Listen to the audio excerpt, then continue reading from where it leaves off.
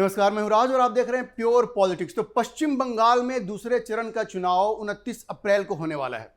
देखिए, पहले चरण में जो बम्पर वोटिंग हुई है लगभग 93%, उसके बाद तो हर कोई वहां पे हिल गया है।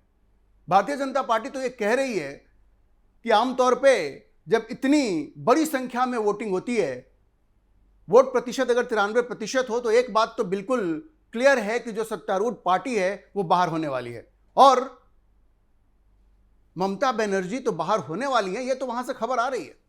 लेकिन मैं आपको आज यह बताने वाला हूं कि जिस तरह की जीत भारतीय जनता पार्टी को पहले फेज में मिली थी, वैसी ही जीत भारतीय जनता पार्टी को दूसरे फेज में भी मिलने वाली है। लेकिन एक अंतर है।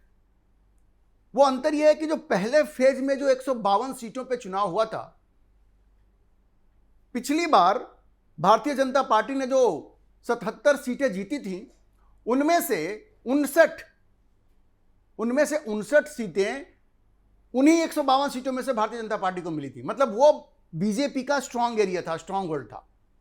अब दूसरे फेज में जिन 142 सीटों पर चुनाव होने वाले हैं, पिछली बार उन 142 सीटों में से मात्र 18 पर भारतीय जनता पार्टी को जीत मिली थी, मात्र 18 पर।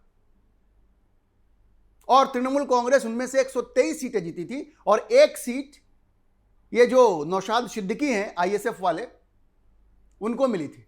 तो आप समझिए कि जो जिस दूसरे फेज में चुनाव अभी होने वाला 29 अप्रैल, वो बड़ा डिसाइसिव होगा।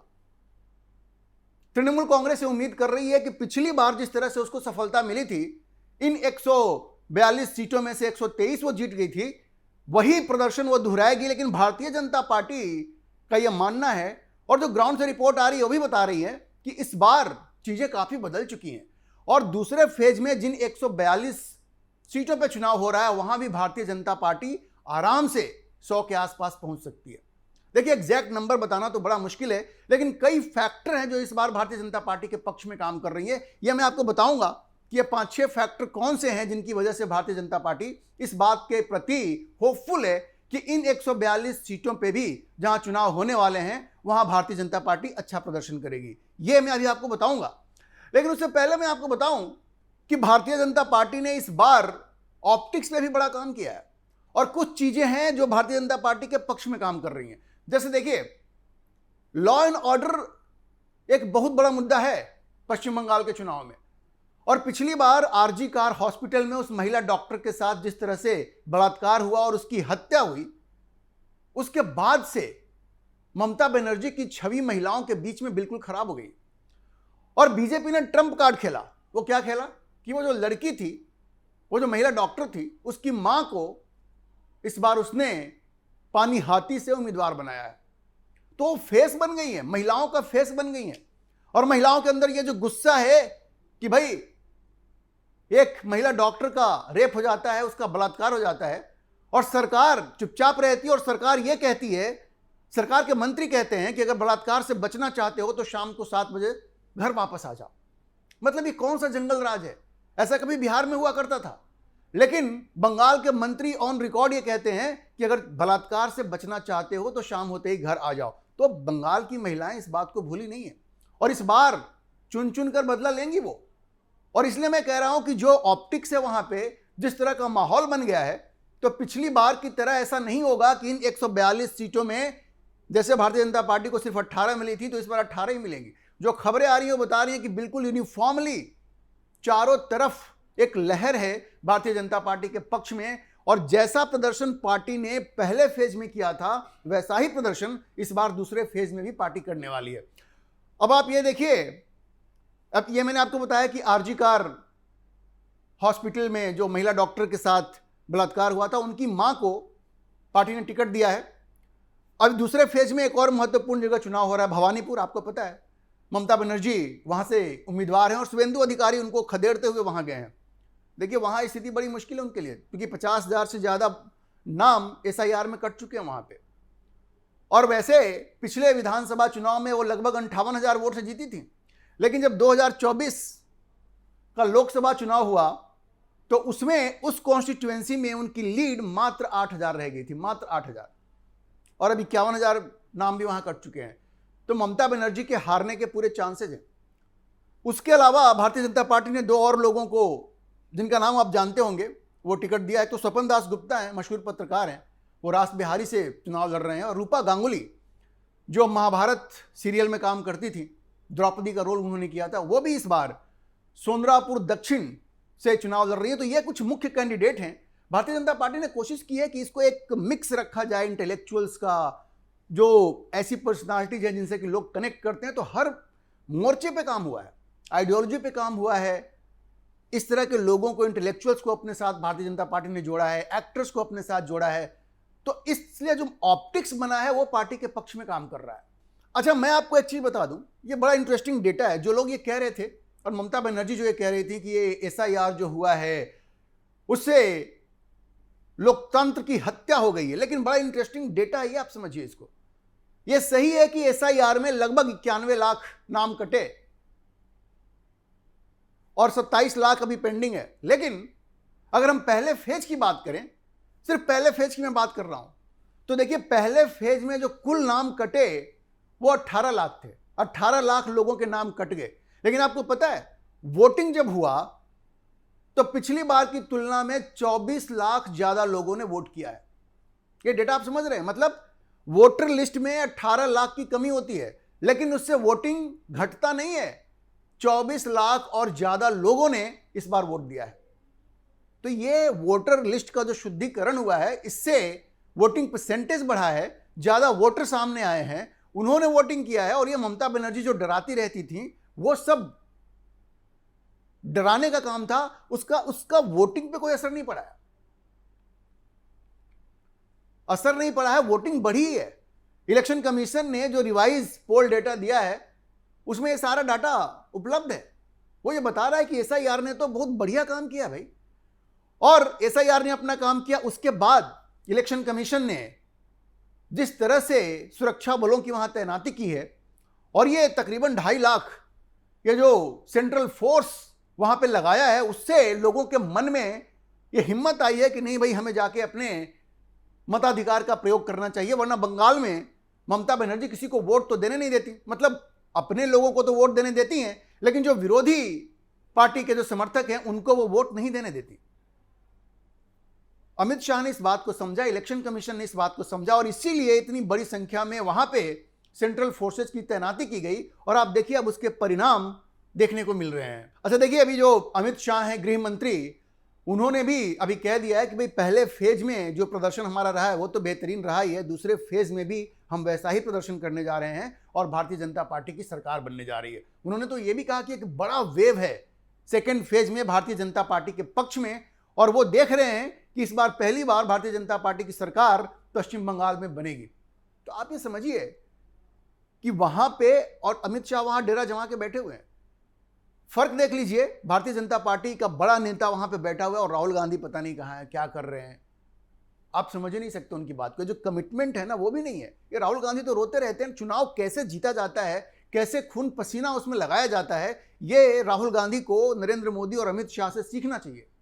तो सवाल यह है कि अगर मैं कह रहा हूं, आपके मन में यह बात आ रही होगी कि भाई कैसे पहले फेज में जो, अगर भारतीय जनता पार्टी ने अच्छा किया है, अगर ग्राउंड से रिपोर्ट आ रही है, तो किस आधार पर आप ये कह रहे हैं कि दूसरे फेज में भी वैसा ही प्रदर्शन होगा। देखिए, मुस्लिम कंसोलिडेशन तो अपनी जगह पे है। मुसलमानों का इन ब्लॉक वोट, थोक वोट ममता बनर्जी को मिल रहा है, लेकिन यह मत भूलिए कि आज भी पश्चिम बंगाल में हिंदू ही बहुमत में है। मुसलमानों की संख्या अगर 30% हो गई होगी, पिछली बार तो 2011 के सेंसस में 27% थी, अगर मान लीजिए 30% भी हो गई होगी, 32 भी हो गई होगी, तो भी 70% के आसपास तो हिंदू ही है ना वहां पे। क्या काम कर रहा है भारतीय जनता पार्टी के पक्ष में, यह समझिए। पहली चीज, भारतीय जनता पार्टी ने समझदारी यह दिखाई है कि इस बार उसने सीधे सीधे ममता बनर्जी को अटैक नहीं किया है। देखिए, जब आप किसी को सीधे सीधे अटैक करते हैं ना, तो लोगों के मन में एक सिंपैथी हो जाती है, सहानुभूति हो जाती है उस व्यक्ति के लिए या उस राजनेता के लिए। तो भारतीय जनता पार्टी इस चीज से बची है इस बार कि ममता बनर्जी को हमें सीधे सीधे अटैक नहीं करना है, और उसका फायदा हो रहा है। क्योंकि जब ममता को आप डायरेक्टली अटैक करते हैं ना, तो महिला जो है वोटर, उनमें से एक बड़ी संख्या जो है उनके मन में सिंपैथी आ जाती है। तो भारतीय जनता पार्टी ने यह समझदारी दिखाई है।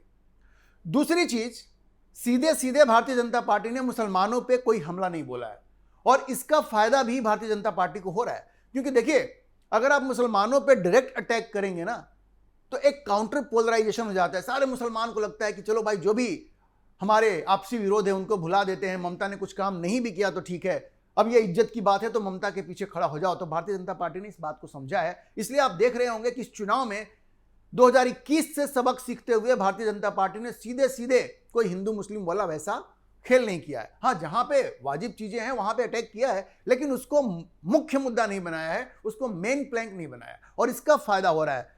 ममता को डायरेक्टली अटैक नहीं किया है, इसका फायदा हो रहा है। मुसलमानों को डायरेक्टली अटैक नहीं किया है, इसका फायदा हो रहा है।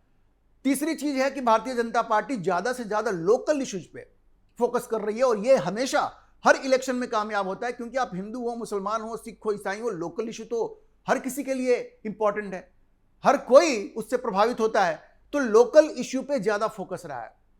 चौथी चीज यह है कि महिलाओं पे इस बार काफी ध्यान दिया। आप देखिए, प्रधानमंत्री ने 10 वायदे किए हैं, 3,000 रुपए भी उनको देने की बात कही है प्रधानमंत्री ने, कि 10 वायदे किए उन्होंने, तो महिलाओं पे फोकस है। और देखिए, ये महिला फैक्टर तो पूरे देश में अब इंपॉर्टेंट हो गया है, चाहे वो बिहार का चुनाव हो, महाराष्ट्र का चुनाव हो, हरियाणा का चुनाव हो, महिलाओं की इंपॉर्टेंस अब पुरुषों से ज्यादा हो गई कई मानों में, क्योंकि वो भी अब एन ब्लॉक वोटिंग कर रही हैं, बाकी डिफरेंसेस को भुला करके वो एन ब्लॉक वोटिंग करती हैं। तो इसका फायदा भी भारतीय जनता पार्टी को हो रहा है। उसके अलावा जो 15 साल की जो एंटी इनकम्बेंसी है, 15 साल की एंटी इनकम्बेंसी बहुत होती है। 15 साल से आप सत्ता में हैं, लोग ऊब चुके हैं, और विकल्प कौन है? भारतीय जनता पार्टी है। देखिए, जो लेफ्ट फ्रंट के भी सपोर्टर हैं ना, उनको भी लग रहा है कि यार लेफ्ट से तो कुछ होने वाला है नहीं, सत्ता कहां जाएगी?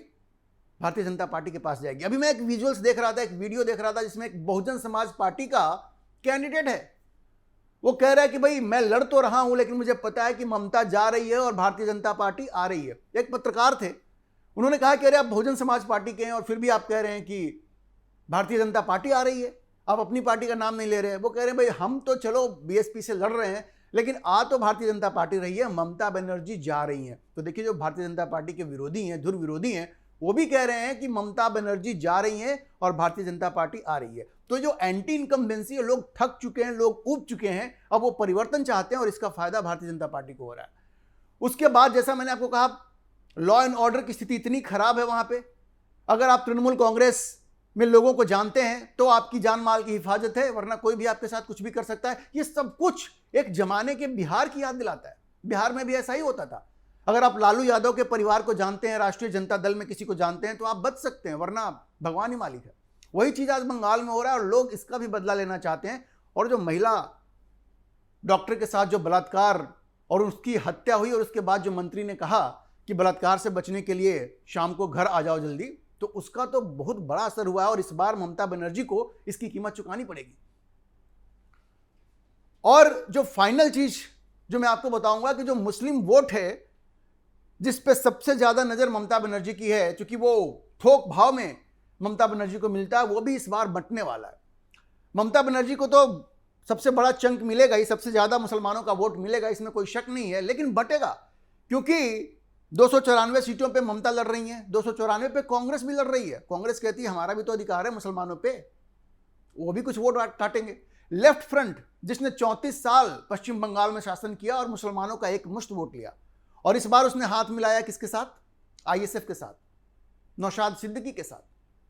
उसके अलावा हुमायूं कबीर हैं, बाबरी मस्जिद का भूत उन्होंने छोड़ा हुआ वहां पे, थोड़ा बहुत वोट तो वो भी काटेंगे। मुर्शिदाबाद में देखिए, तृणमूल कांग्रेस की लोगों के साथ उनकी झड़प हो गई, बम ब्लास्ट हो गया, तृणमूल वाले कह रहे हैं कि ये तो हुमायूं कबीर के लोगों ने ही करवाया है। तो अपने प्रभाव क्षेत्र में तो उनका असर रहेगा ही, और फिर ओवैसी साहब तो हैं ही, वो हर जगह पहुंच जाते हैं। तो इस तरह से आप देखेंगे कि 4-5 दावेदार हैं मुसलमान वोटों के, और अगर मुस्लिम वोट बढ़ता है, थोड़ा सा भी बढ़ता है, तो उसका फायदा भारतीय जनता पार्टी को होगा। तो ये सारे कहते हैं ना कि जब आपको सफलता मिलनी होती है तो कायनात एक कॉन्स्पिरेसी करती है, यूनिवर्स, सृष्टि एक कॉन्स्पिरेसी करती है, और आपको सफलता मिल जाती है। तो ये सारे जो फैक्टर्स हैं वो मिल करके ऐसा माहौल बना रहे हैं कि भारतीय जनता पार्टी को सफलता मिलने जा रही है 4 मई को, जब वहां वोटों की गिनती होगी।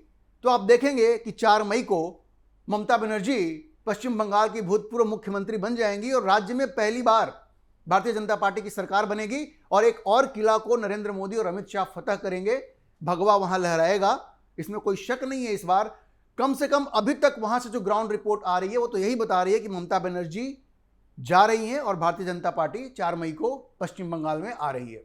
अभी के लिए इतना ही। हम इस खबर पर नजर बनाए रखेंगे और आपको अपडेट करते रहेंगे। इस विषय पर आप क्या सोचते हैं अपनी राय कमेंट बॉक्स में जरूर लिखें, और अगर आपको ये वीडियो पसंद आया हो तो आप इसे लाइक करें, शेयर करें और हमारे चैनल को सब्सक्राइब जरूर करें।